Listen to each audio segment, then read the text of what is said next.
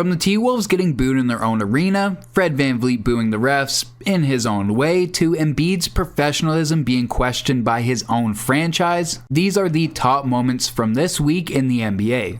Starting off this list, we have Fred VanVleet's ongoing beef with NBA refs. All of this really started last year with Ben Taylor, something that we actually did a video on. And in that video, we did a deep dive into Fred VanVleet's claims that Ben Taylor was unfairly targeting the Raptors and specifically Freddie for technicals. And it turns out that he was actually kind of right. Now you can debate whether he handles things, quote, the right way or not. Ben Taylor was fucking terrible tonight. But it's undeniable that the refs do get away with a little too much in this league. There needs to be a little more accountability whenever the league goes back post-game to review a call to see if it's right or not, and it turns out that it was the wrong call.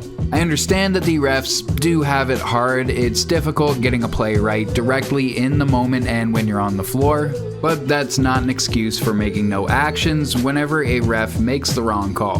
And that's not even mentioning more blatant examples, like when Scott Foster will continuously harass Chris Paul, or despite the fact him picking up the nickname the Extender, still being put in positions to extend series. Or when James Williams shamelessly sells merch with the logo "Ball Does Lie" on it. So the takeaway from the Fred VanVleet situation for me is that yes, some players are venting their frustrations in the wrong ways, but what is the proper way to do it when seemingly these refs face no consequences for their actions? Next is a slightly more positive story. This year in the NBA, we've seen a ton of players suffer some pretty serious injuries, but thankfully a lot of those players are starting to come back. More exciting players like Lonzo Ball and Ja Morant, but also key players to contending teams like Kristaps Porzingis and also Kevin Durant and Bradley Beal for the Suns. Previously, before those two players went down, the Suns were looking really good, playing some really solid team basketball. So with them back in the lineup, it'll be nice for them to get back to that style of play and start to look like the legitimate contenders that they were. Speaking of Bradley Beal, he did blow a wide open layup doing the Ben Simmons signature move. However, oddly, Ben Simmons felt the need that he could now mock Beal over this. Well, just run the clips.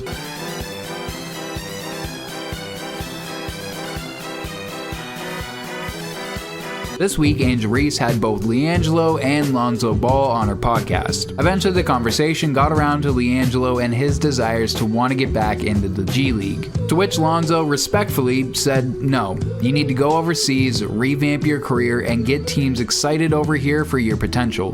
It seems like LiAngelo wasn't really buying into that. But it's the truth for players like him and Isaiah Thomas. They're excited to get back into the league, but you need to go show teams and prove them that you do have potential and still can play in this league. Even if you do end up in the G League, we've seen players that can average 25 to 30 and still not get any looks. So instead of whining about it over here, go play basketball and show teams why you deserve a spot on their roster.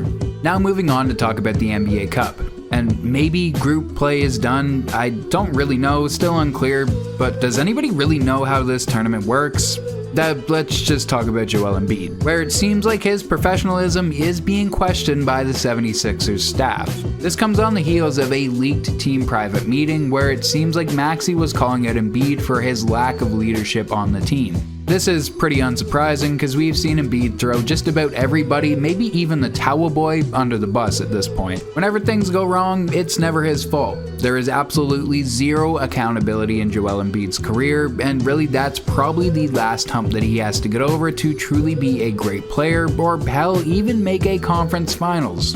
Now moving on to the Timberwolves, and them getting booed in their own arena. Something that Anthony Edwards was not a fan of whatsoever. In fact, after this happened, he sounded off on the team, calling the team soft, saying that they're playing with their own agenda, not even talking to each other and acting like a bunch of little children.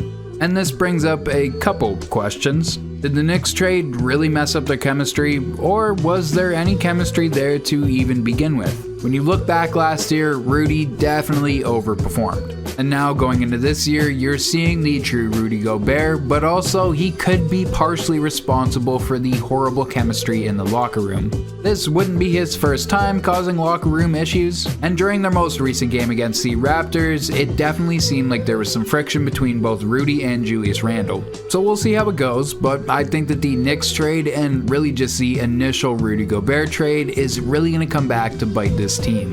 And that's it for this week's updates. If you enjoyed the video, feel free to give it a like, subscribe, all that fun stuff, and we'll see you back here next week.